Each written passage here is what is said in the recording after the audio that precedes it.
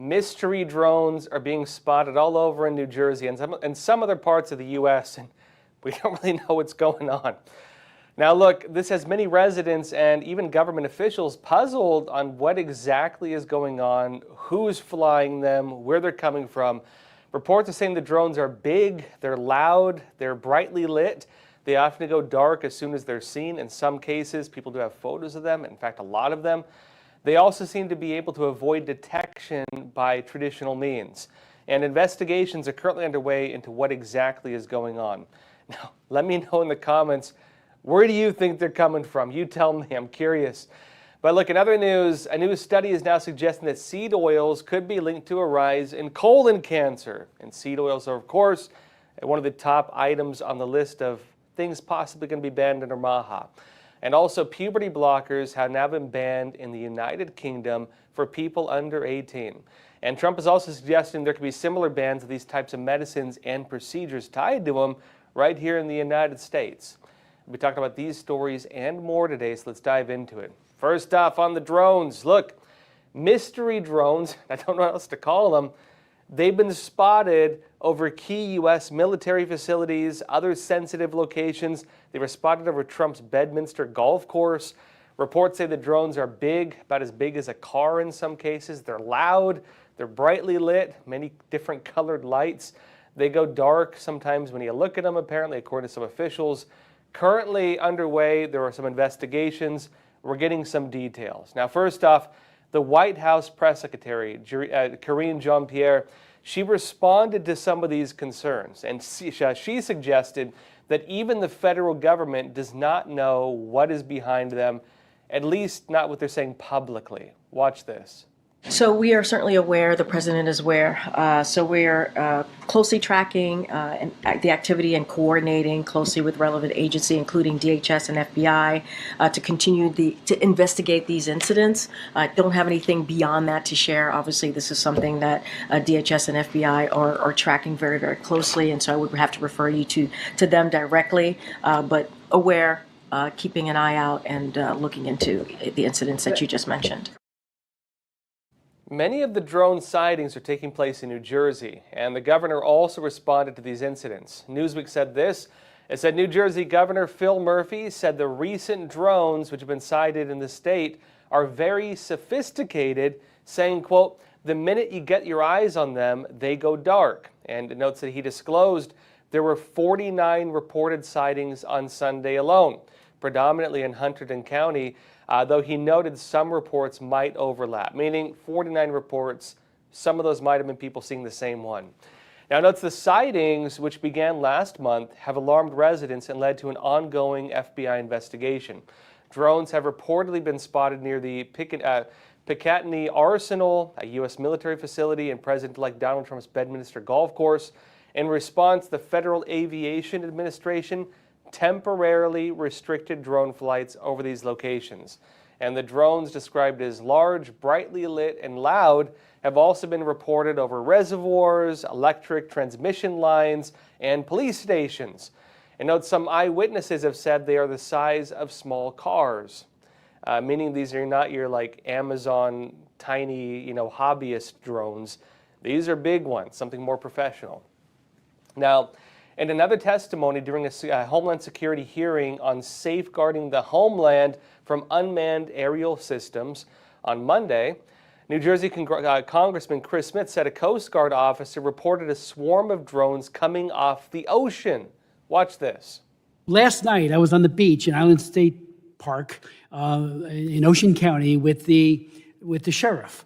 One of his officers 2 nights ago saw 50 drones come in off the ocean right there. Then last night we had a number of other people there, including a commanding officer from the Coast Guard, who said that one of their 47-foot motor lifeboats was followed by between 12 and 30 of these drones as they went through the water, followed right behind them. And I said, what's the rules of engagement? I mean, you do it if you're fighting against a narco trafficker or something. And they said, we don't know, we don't have any. So I did reach out to the commanding officer at the Joint Base, and I said, I know you have the capability, you've put out press releases, to identify and bring down drones. Why can't you deploy them at least to the ocean? Bring one of these down, find out who's doing it. They have the capability. They say, we don't have the authority, only within the parameters of our base. Now look, if these mystery drones are actually coming from offshore, coming from the ocean, right, that could be a much bigger issue of concern. It could also explain the large size. It's possible these are long-range drones, meaning not your little hobbyist, tiny ones, right? These are long-range drones, which would explain the size. That being the point, I don't know if any of you are drone hobbyists out there. You might know that if you fly over certain areas, there are systems in place that will automatically ground your drone. There are different no-fly areas. They'll be forced to land, whether you like it or not. Also, you can be very easily traced. Just based on the way the signal systems work, if you're flying a drone in a place you should not be flying it, they will almost always find you because it's easy to find the operator. The fact they have not been able to find the operators for these, I don't know, it suggests they're either really high-tech or the operators are not on U.S. soil, possibly, right? And so the ocean origin does lends to that a bit. There are also suggestions that being offshore means they may not be coming from the United States. They may be coming from another country. But the Pentagon is saying there is no evidence these drones over New Jersey are from foreign adversaries. Have a look at this. So aware of those drone sightings that have been reported, at this time we have no evidence that these activities are coming from a foreign entity or the work of an adversary. We're going to continue to monitor what is happening, but at no point were our installations threatened when this activity was occurring. Can you rule out that these are American drones or U.S. military drones? These are not U.S. military drones. Again, this is being investigated by local law enforcement. What our initial assessment here is that these are not drones or activities coming from a foreign entity or adversary. And now, a New Jersey state lawmaker who was briefed by Homeland Security officials in a closed-door meeting yesterday is saying these drones appear to be avoiding detection by traditional methods like helicopter and radio. They know how to get around that.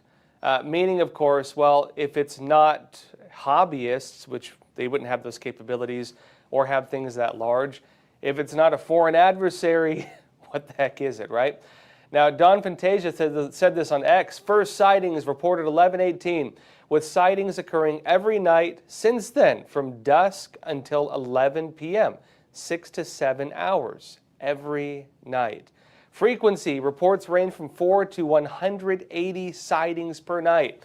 Description: large drones up to 6 feet in diameter operate in a coordinated manner. Lights are turned off, making them difficult to detect. There's other reports on it saying they are on. It notes they appear to avoid detection by traditional methods, for example, helicopters, radio frequencies, not identified as hobbyist drones or related to the Department of Homeland Security. And the capabilities: drones maintain flight for extended periods, 6 to 7 hours, and over distances of 15 miles, raising questions about their technology and intent. Now look, we currently don't know what the drones are. We don't know who is behind them. Some are comparing these to the sightings of the Chinese spy balloon that flew over the United States before it was eventually shot down. You might remember even the Chinese spy balloon, the military was saying they couldn't shoot it down because of restrictions on, shooting down unmanned aerial vehicles. Unless they start posing a threat, you really can't shoot them down legally.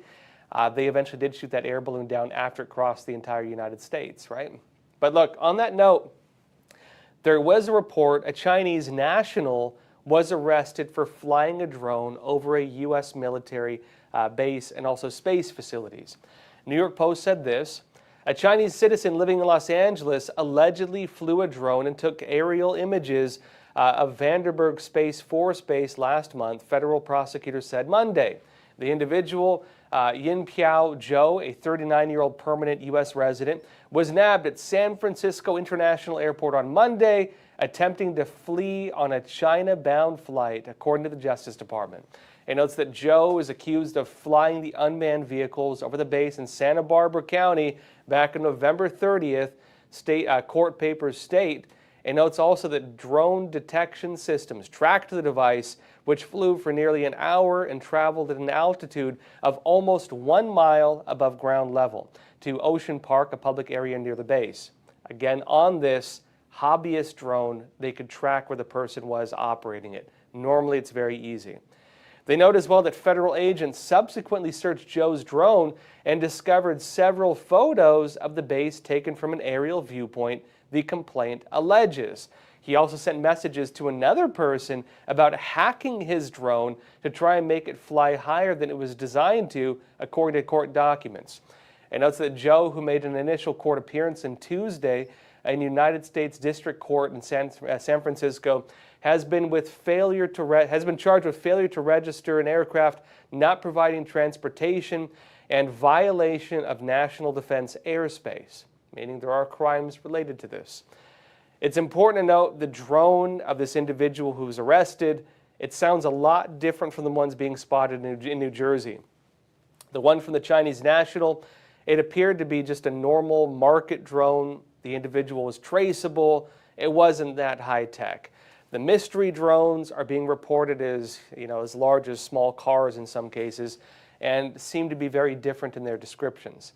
So where we currently stand is this: we don't have many answers on what's actually going on with these drones. I'll keep you updated on it. I can give some of my takes. Personally, I think there are a few different possibilities here. My first thought was, well, maybe a foreign country.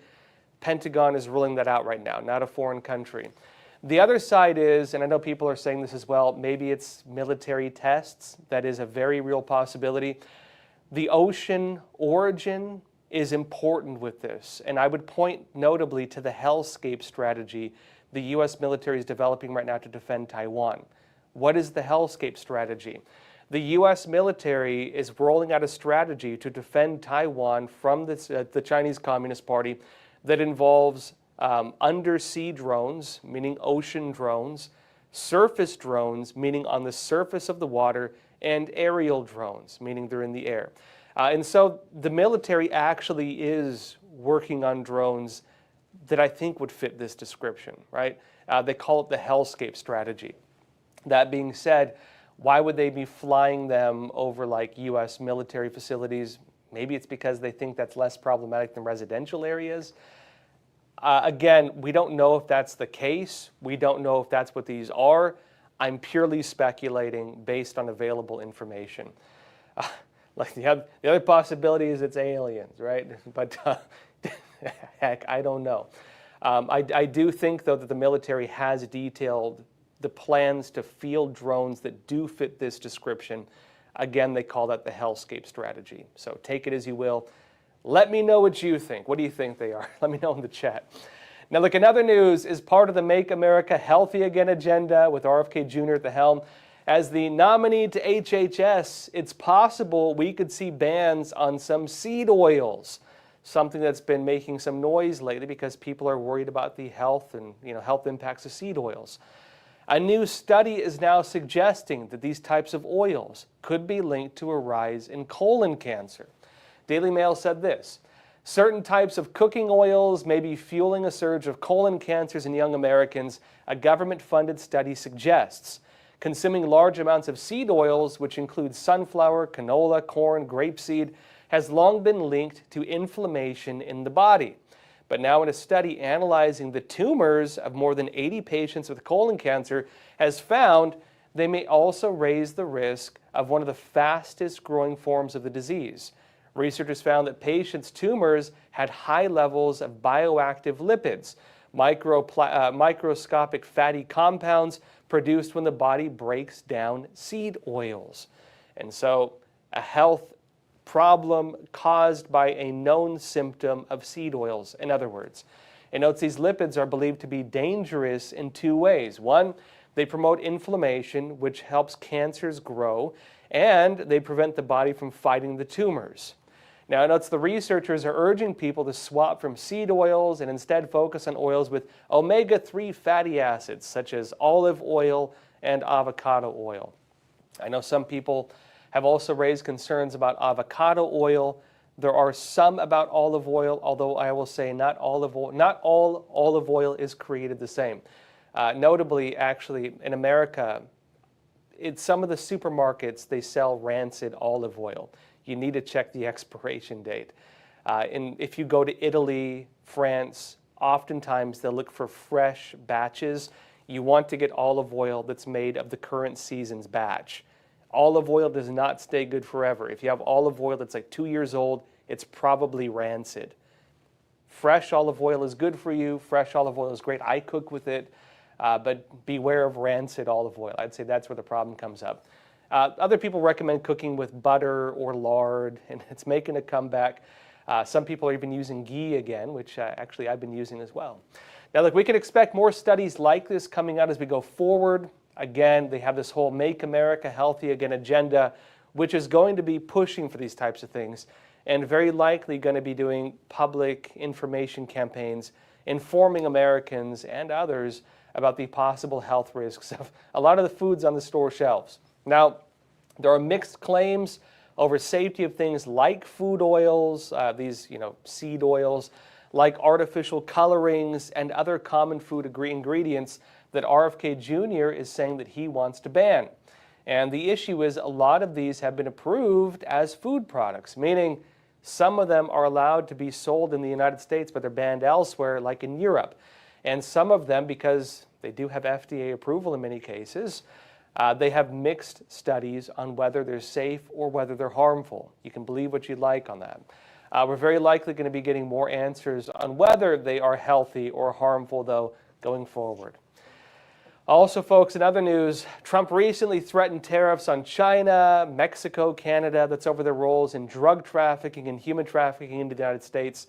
This likewise raised some questions over, well, what is Canada doing, right? Is Canadian border security actually a problem in the trafficking business? Well, a new report from Todd Bensman, Senior National Security Fellow at the Center for Immigration Studies, he detailed some of the problems with Canadian immigration policies and border security that are impacting the United States. And here's what he wrote in the New Hampshire Journal. He said, much of the U.S. Homeland Security havoc arises from an historic Canadian legal immigrant importation program of unprecedented scope.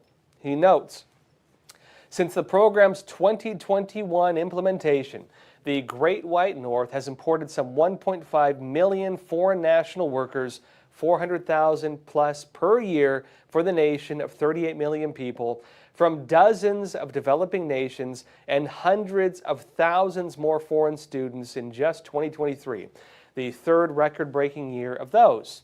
He notes, why are those programs a U.S. problem? Because the spiking number of foreign nationals that have entered through the Swanton sector and elsewhere are apparently abusing the Canadian programs as a lily pad from which to illegally enter the United States between northern borderland ports of entry, among them proven threats to U.S. national security and public safety. Meaning they're using it like a hop-off point, right? They can land in Canada, they hop into the United States. He notes, although total numbers illegally entering from Canada are small relative to those crossing from Mexico, this is more a matter of who is crossing. Many that Canada is importing hail from Muslim-majority nations and have, according to Canadian media reports, fueled a spate of terrorism and anti-Semitic attacks there. This, of course, does make sense because when it comes to the southern border, and remember, if you listen to Joe Biden, he's saying they secured the border. Trump is saying it's wide open. Trump saying he secured the border. Trump built the wall. What's the real case of this? A lot of the mass migration we're seeing at the southern border is facilitated migration. A lot of that is people turning themselves in. They are brought by authorities to Department of Homeland Security facilities, and they do check them. There actually is a process for it, meaning most of the mass illegal immigration we're seeing is coordinated and facilitated. The individuals who try to bypass that and just illegally enter, they do risk being arrested. And there actually is a lot more security to detect those people at the southern border. The problem with the Canadian border is there's much less border security, at least until now. And so people who might not want to be detected, people who might have backgrounds in crime or terrorism, they may choose to go through Canada because that port of entry allows them to much more easily illegally cross and avoid detection. That's the allegation here. And in this report, as well as separate Canadian policy has opened the northern gates to Mexican cartel killers and professional traffickers who have set up human and drug smuggling networks all along the U.S.-Canada border. Now look, since the tariff threat, when Trump said, hey, close your borders, secure your borders, or we're going to put 25% sanctions on you, Canadian officials have signaled very strongly they're willing to work closely with the United States to secure their border. And also on the note of Trump's threats of tariffs, Mexico has also begun doing more to stop mass illegal immigration into the United States, including by blocking some of the migrant caravans that were recently building up. They're putting an end to some of that. Now, in other news, we may soon see independent news outlets gain more access to government briefings, potentially including the White House. The incoming Trump administration is considering removing the power of the organization that controls the access to the press briefings. I'll be talking more about this after we come back from a quick break. We'll be back in less than 60 seconds, so don't go anywhere. Experts agree. One of the best ways to protect against financial uncertainty is to diversify your portfolio. Learn how physical gold and silver can secure your retirement funds from today's economic challenges. With a gold IRA from American Hartford Gold, you can safeguard your wealth with no penalties or taxes when you transfer your current qualifying retirement accounts. Call now and our precious metals specialists will send you a free information kit, no cost or obligation. American Hartford Gold, a trusted industry leader with an A+ from the Better Business Bureau, has a 5-star rating from thousands of happy clients. Whether you are getting physical precious metals in a gold IRA or delivered to your doorstep, we offer only the highest quality gold and silver. For your peace of mind, we also offer a no-fee buyback commitment, a low price guarantee, along with free shipping and free insurance. So don't wait. Call the number on your screen today and secure your financial future.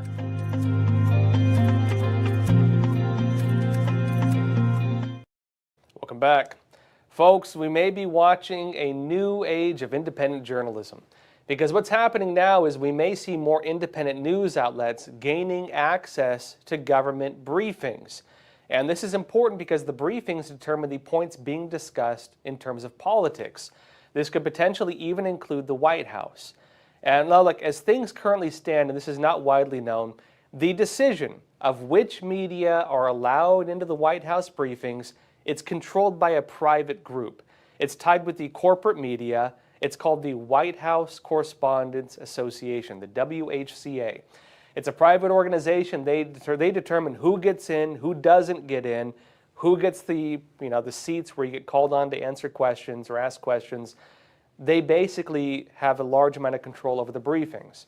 Now, the incoming Trump administration is considering removing the power of this organization and making it so that independent journalists, smaller news outlets, even online influencers, they're even discussing maybe like Joe Rogan, will be given more access to these briefings. They'll make it, in other words, so that this organization no longer controls who gets in and who doesn't. And there are some concerns about that because some believe that'll make it chaotic. The Hill said this. They say signals from President-elect Trump's team that a shakeup of the White House press briefings room could be coming are roiling journalists preparing to cover his second term. And notes people close to Trump have said in recent days he should dramatically change who gets access to the president, suggesting podcasters, internet personalities, and media deemed more friendly to him could replace outlets like the major news television networks, the New York Times, the Washington Post, in the room's front rows. It notes that reporters covering the White House in conversations with The Hill this week described a feeling of annoyance, frustration, and dread at such an idea. And it notes traditionally the first row of the James Brady briefing room has been occupied by the 4 major news networks of NBC, CBS, ABC, and Fox, the Associated Press, CNN, and Reuters, meaning all the big corporate media get the priority, in other words. And again, an organization that they're tied into decides who gets that priority. Basically, there's assigned seating. Membership with the organization, they decide who gets coverage on things like briefings on Air Force One, They decide who travels with the president. It's controlled by a private organization. And look, there's also concern that if these organizations are the ones who typically get called on for questions, then they also dictate government responses in these briefings. That trickles down to public discussions on news, because what do we discuss in the news? We typically discuss what government officials talk about. And if news media are deciding the talking points when they ask their questions, that also determines public discourse. The argument is you mix it up, bring in more independent voices, you might have a broader range of topics that normally would not be discussed. That's the other side of the argument.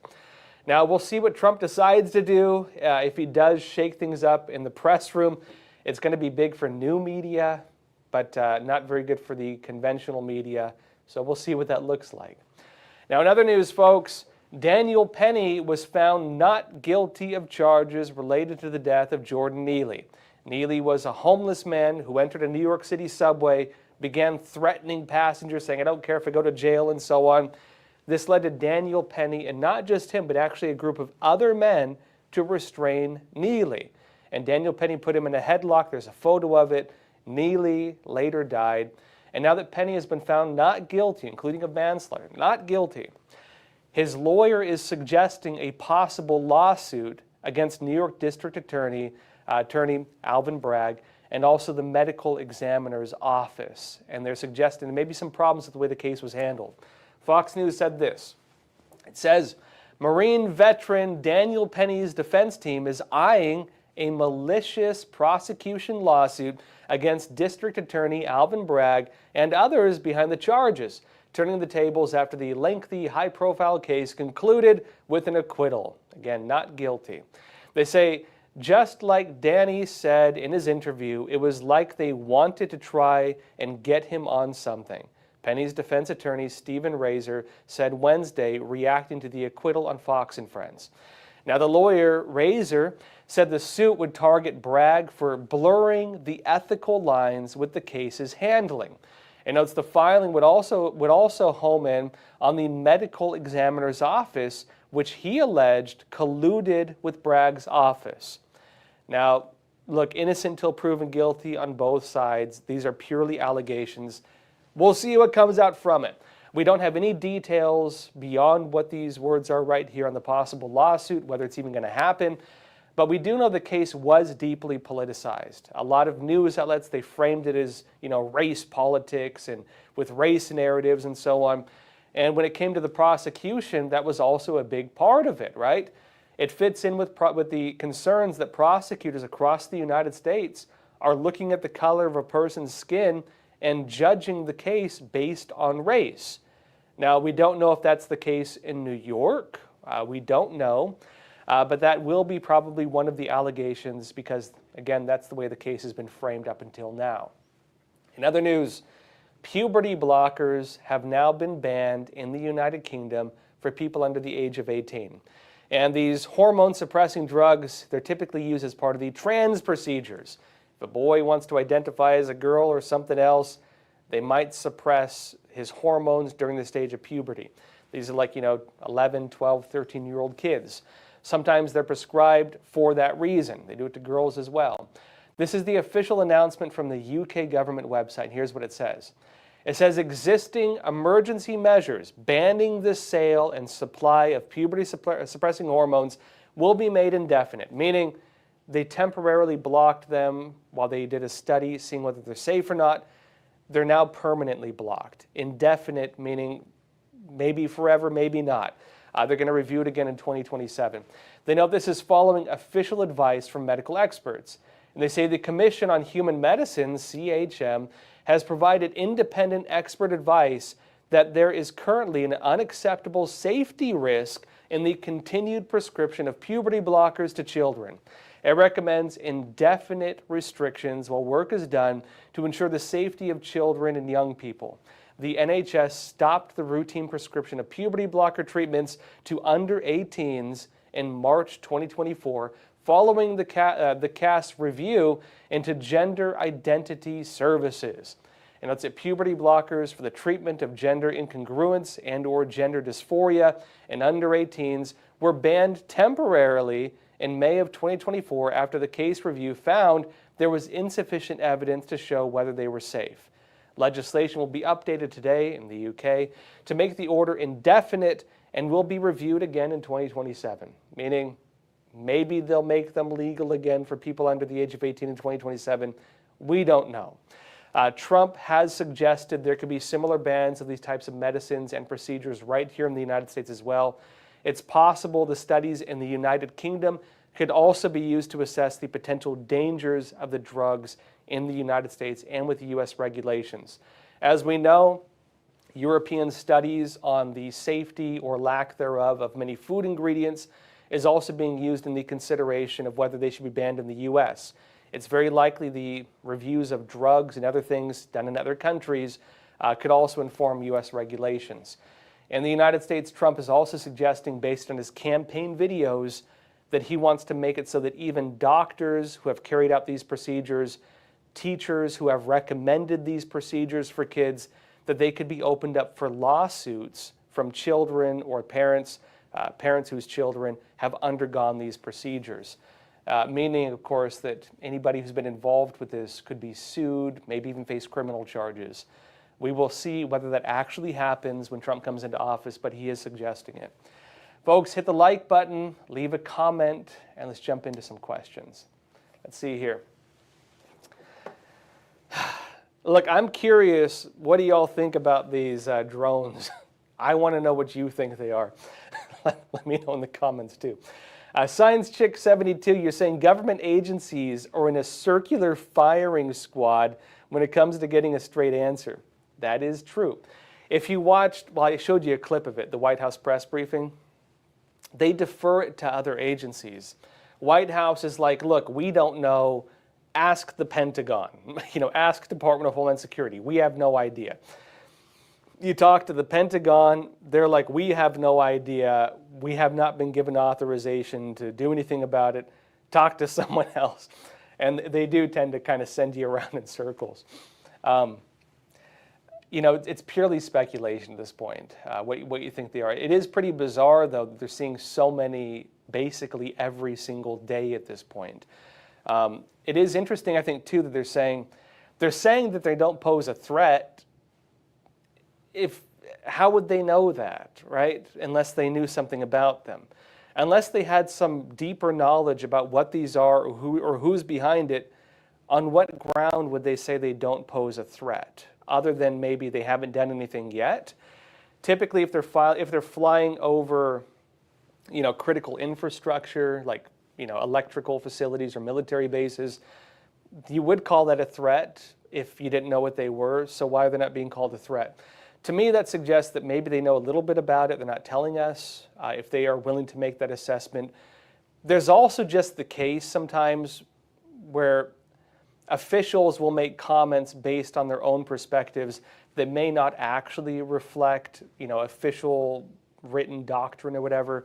It could be the personal assessment of some of these individuals that they don't seem to pose a threat. And that's just being reported. The fact is, we don't really know.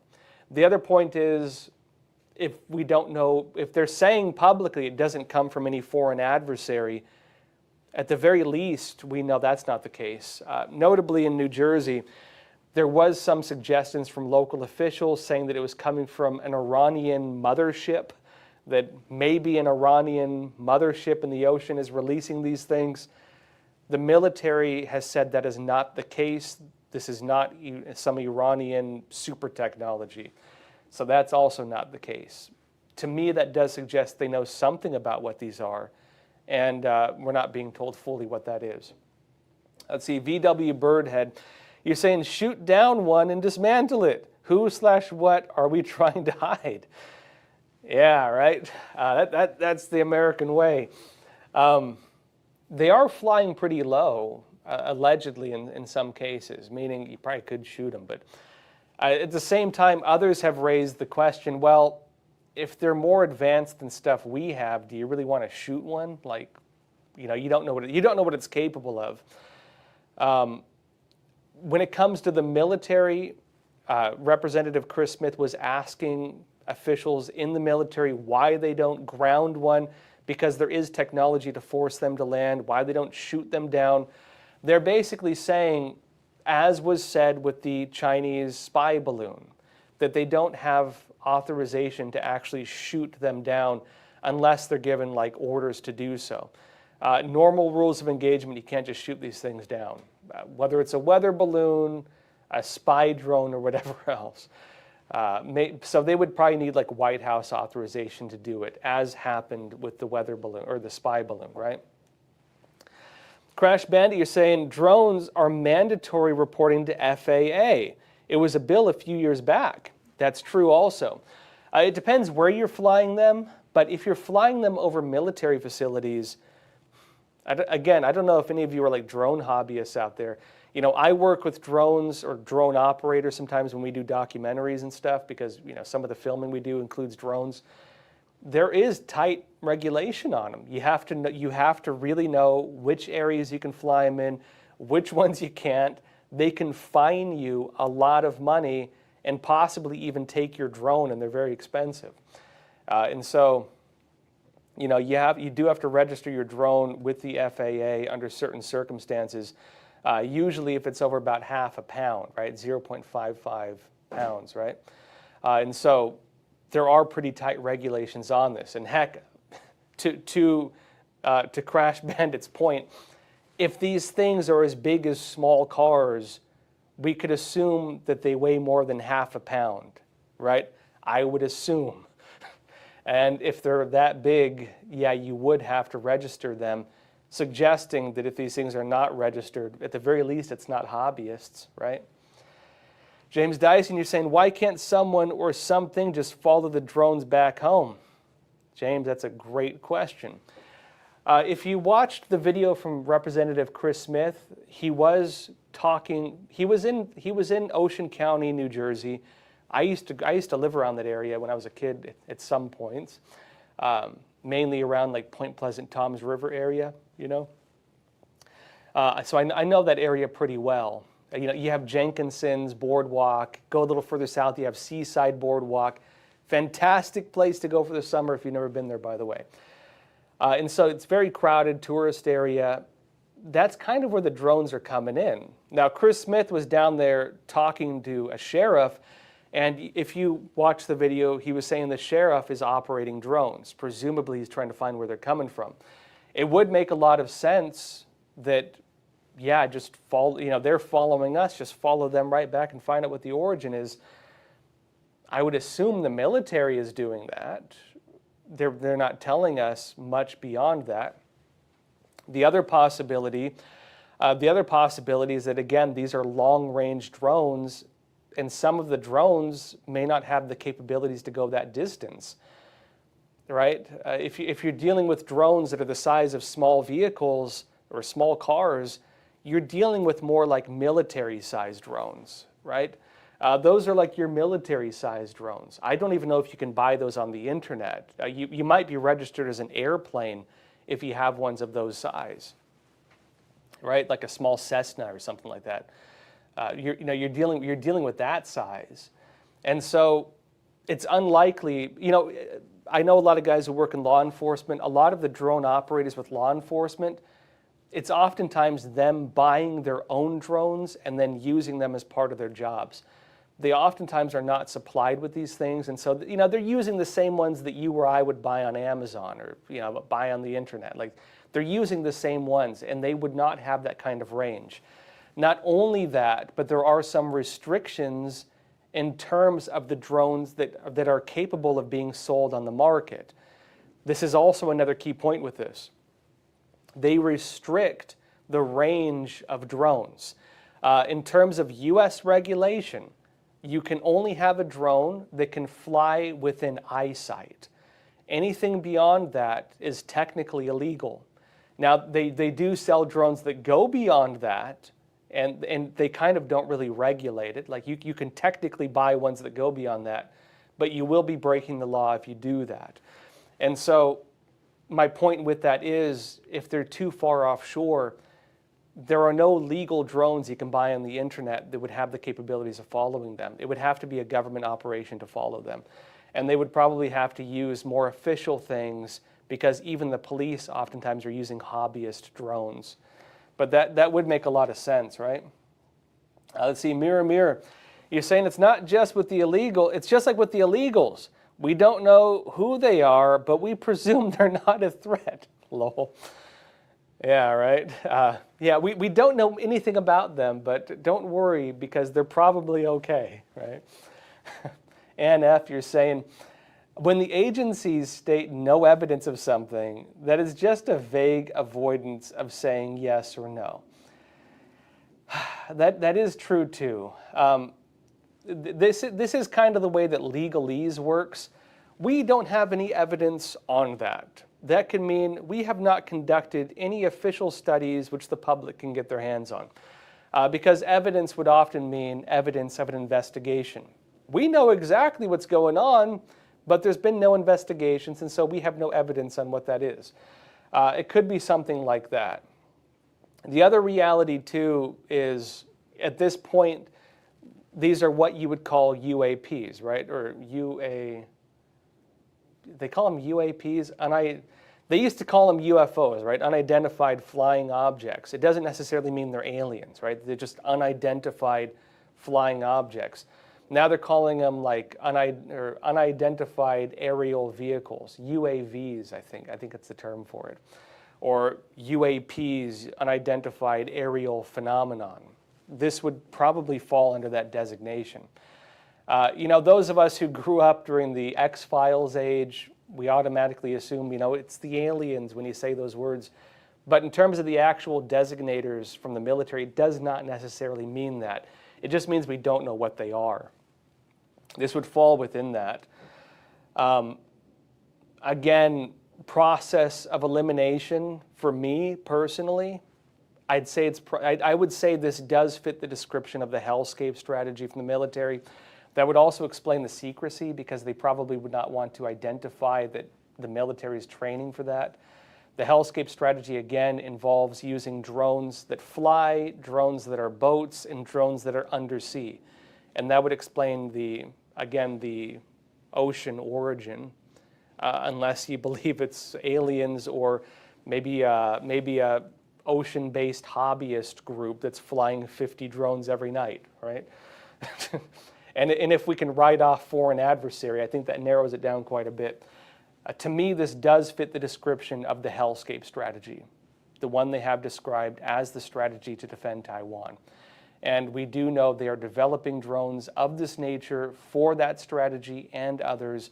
We do know that would involve probably systems to launch them from the ocean, probably from military ships. We know that. Again, I am purely speculating right now, just based on process of elimination, right?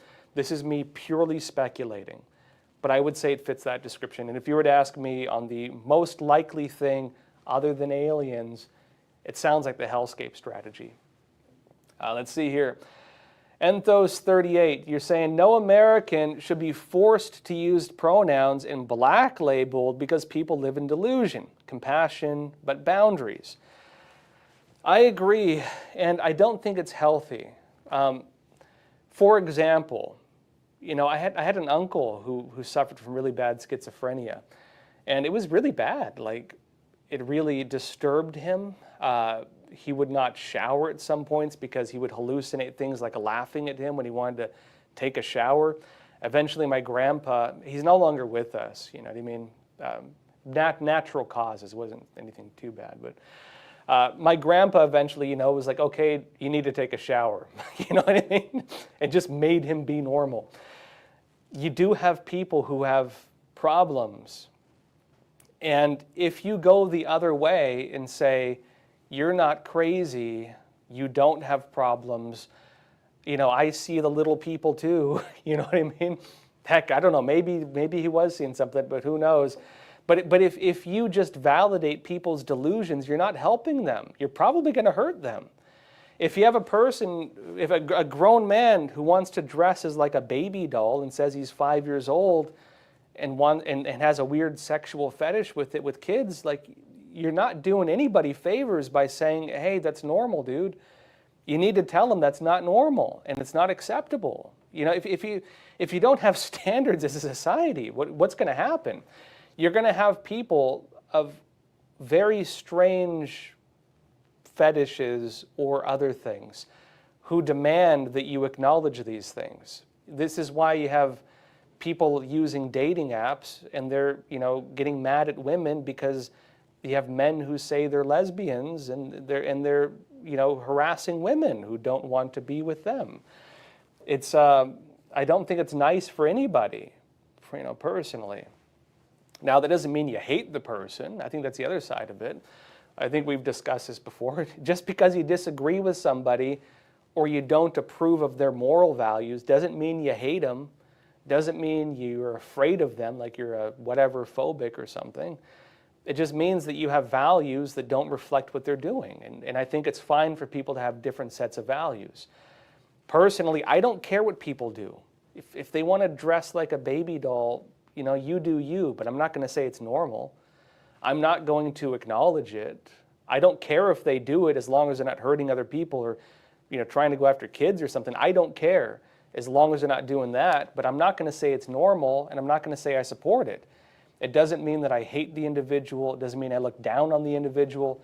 I might think it's kind of weird, but that's about it. And that's kind of how I view these things. I do have a very big problem, though, when they try to force the speech of others, especially when it represents a manipulation of conventional speech. That you and I, most of us probably grew up where, you know, if you call somebody they, you're referring plural to a group of people, not a single individual who has just randomly decided that their pronouns include they.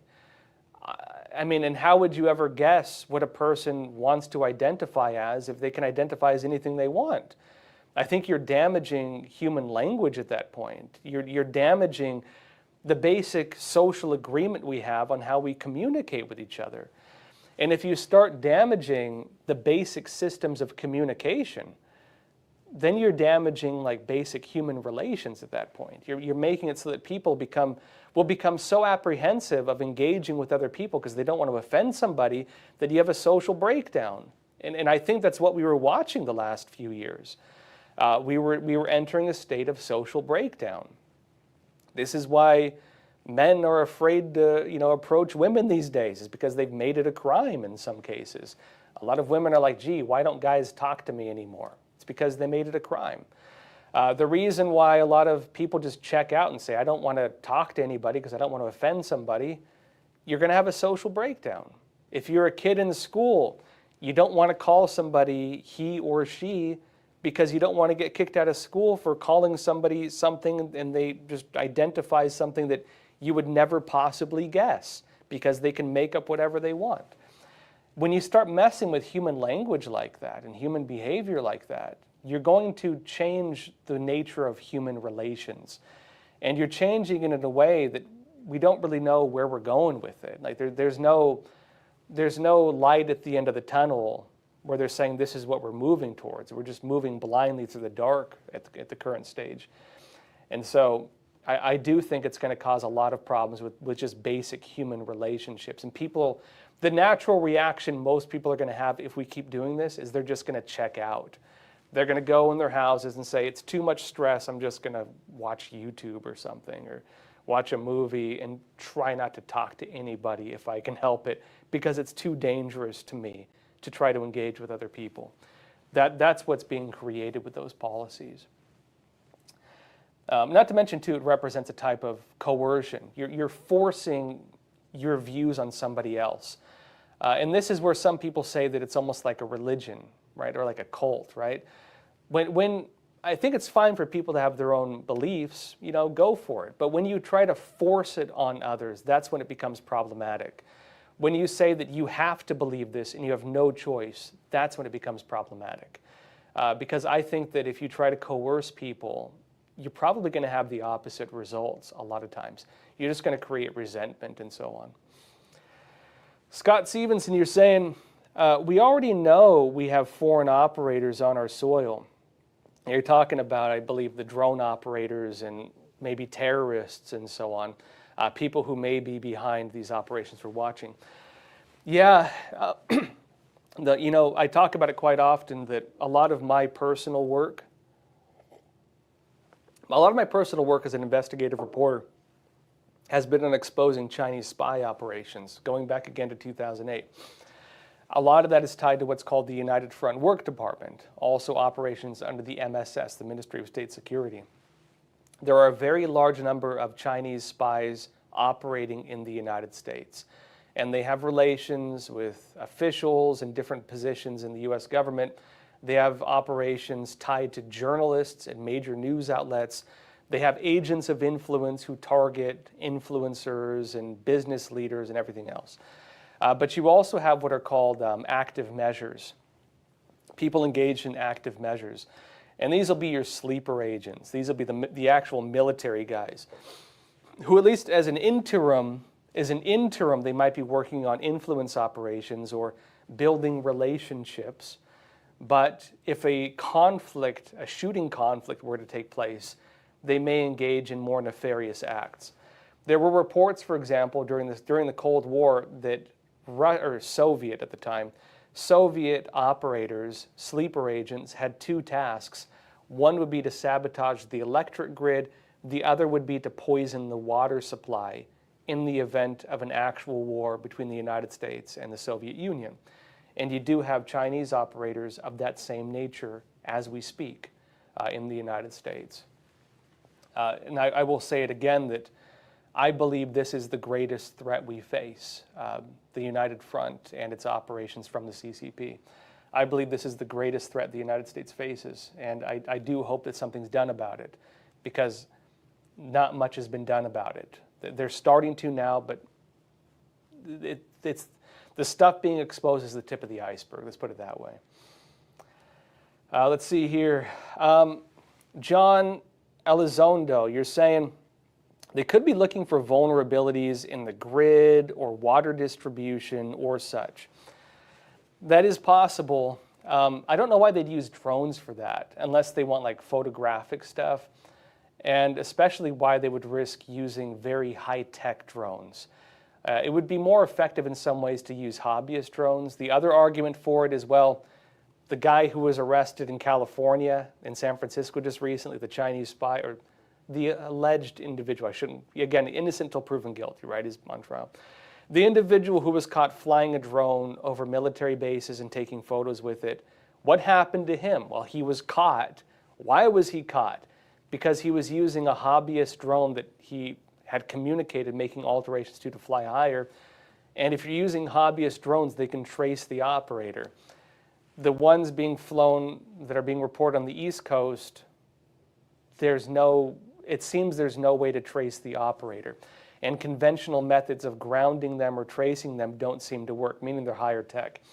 And so it could be that somebody's flying them, as John Elizondo was noting, somebody is flying these ones that are untraceable because they know we can't shoot them down, and they can basically carry out reconnaissance operations and then bring it back without risk of the individuals operating it being caught.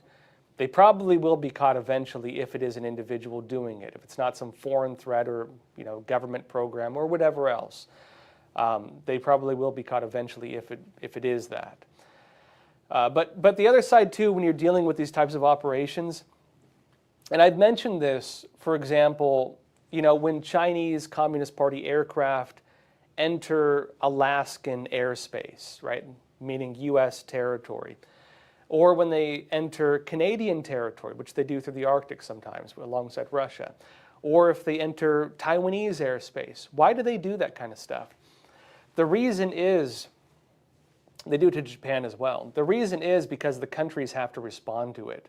And some countries do that as a type of what they call penetration testing, right? If you've worked in cybersecurity, you know the term penetration testing. You're looking for vulnerabilities. And not only are you looking for vulnerabilities, you're looking at what the responses are. If I fly an aircraft into this area, how does the reaction take place? How long does it take them to feel the reaction? What's the modus operandi, right? What is the mode of operation to respond to it? Where do the communications come from? Where are the aircraft fielded from to, the scuttled aircraft to respond to it? How long does it take? Meaning, how long would I have in the event of a war to carry out my operation before I need to bug out?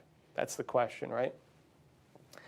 There are a lot of countries do this kind of stuff.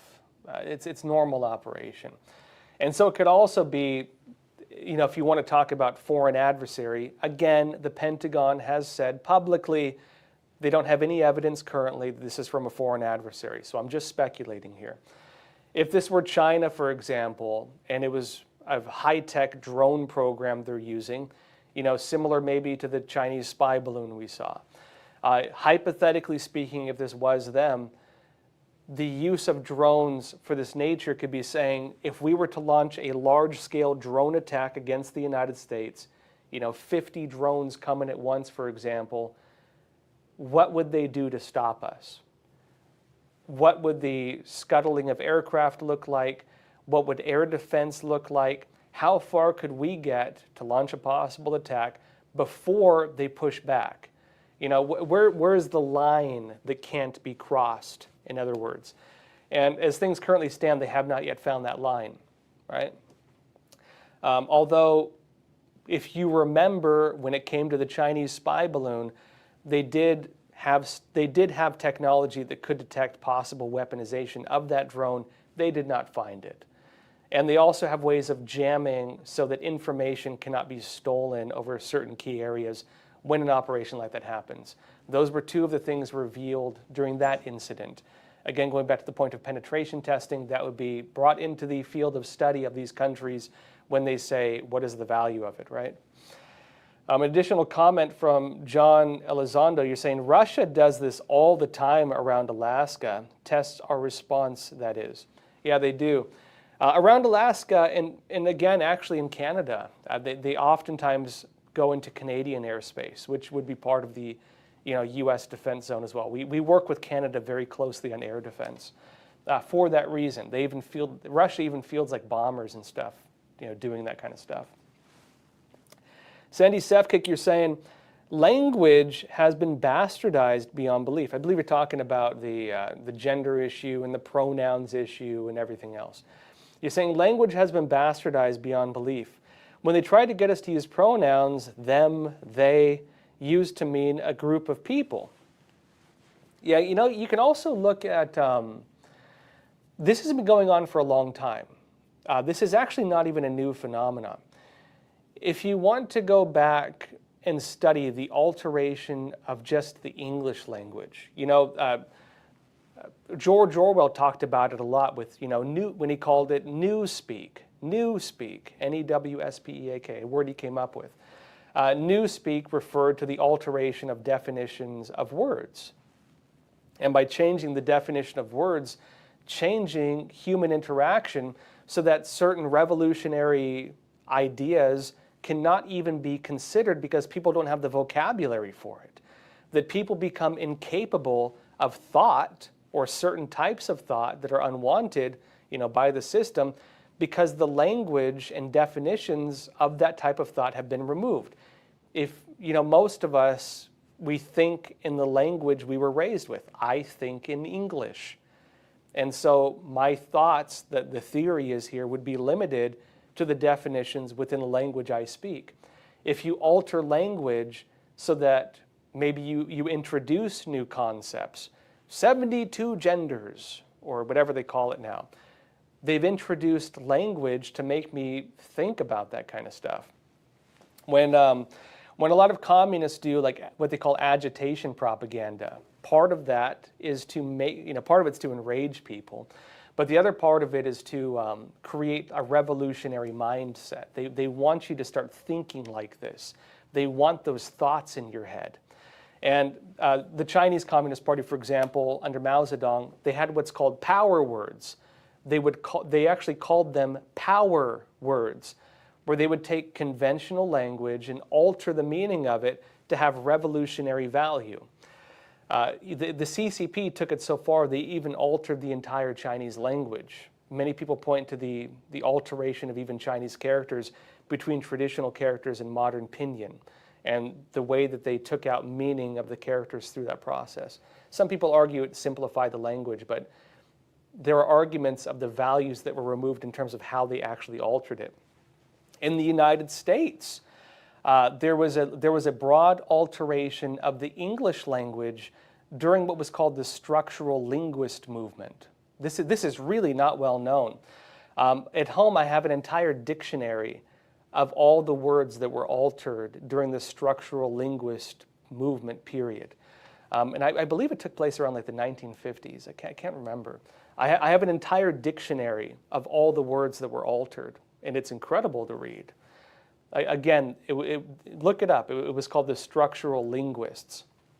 And what they did was they removed, they basically had a very scientific, very technical, very rigid reinterpretation of the meaning of language. Go back even further to prior to the French Revolution. This was another big movement with Voltaire, actually. Voltaire was involved with there was a group called the Encyclopedists. The Encyclopedists. And Voltaire worked with the Encyclopedists to introduce atheistic language, which did not exist in many languages prior to that, because he wanted to introduce atheistic beliefs, right? In some of Voltaire's letters, actually, he talked very much about his agenda to overthrow religion. And again, they achieved part of that through through actually rigid definition, the creation of the encyclopedia, actually. And if you want to look at a very modern example of this, go online. Find an old translation or an older version of the dictionary, the Webster's Dictionary, and read what the definition of racism used to be. Go back 10 years at least, right? You used to be able to find archives on the internet. They've deleted a lot of the internet archives, so it's not as easy. You might have to find a used copy or an older copy of the encyclopedia. Read the old definition of racism, and then read the current definition under the Webster Dictionary, and you'll find they altered the definition of racism. The old definition was about actual discrimination based on a person's race. Very simple. The modern definition has changed it so that it's about social economics, that it's a socio-political thing now, where it's about oppression and such like that. It's no longer about actual race, because they wanted to redefine it in a way to say that white people can't be racist, or only white people can be racist, basically, and that people of other races who hate white people cannot be defined as racist under the altered definition. That's what they did. And so, yeah, the degradation of language does a lot. And on that point, too, Idaho Rocks is saying, degrading our language is another part of the long-term communist plan a la Saul Alinsky. Very much so, including the examples I just mentioned. Global well-being. You're saying the advanced tracking technologies at the disposal of the military and intelligence agencies, it's hard to believe these drones remain unidentified and untraceable. A couple points with this. On one side, the military right now, as I showed you today, they are stating publicly that conventional methods of tracking and monitoring or intercepting on these unidentified drones, they don't work. Right, based on what's being said. So you could believe on one side the military doesn't have the capability to do it. On the other side, you could say that maybe it's a secret military program, and because of classification, they just can't tell us. That's the other side of it. Again, we don't have any hard answers at this time, so it's purely speculation. Believe what you would like. But you know, the military does have pretty good technology to trace stuff, and if it really is the case, as they're stating that we don't have the capabilities to trace these things or whatever else, that does represent a pretty serious security gap. It does suggest that somebody out there has technology more advanced than ours, and that could present a very serious threat to us in terms of national security, if that really is the case, right?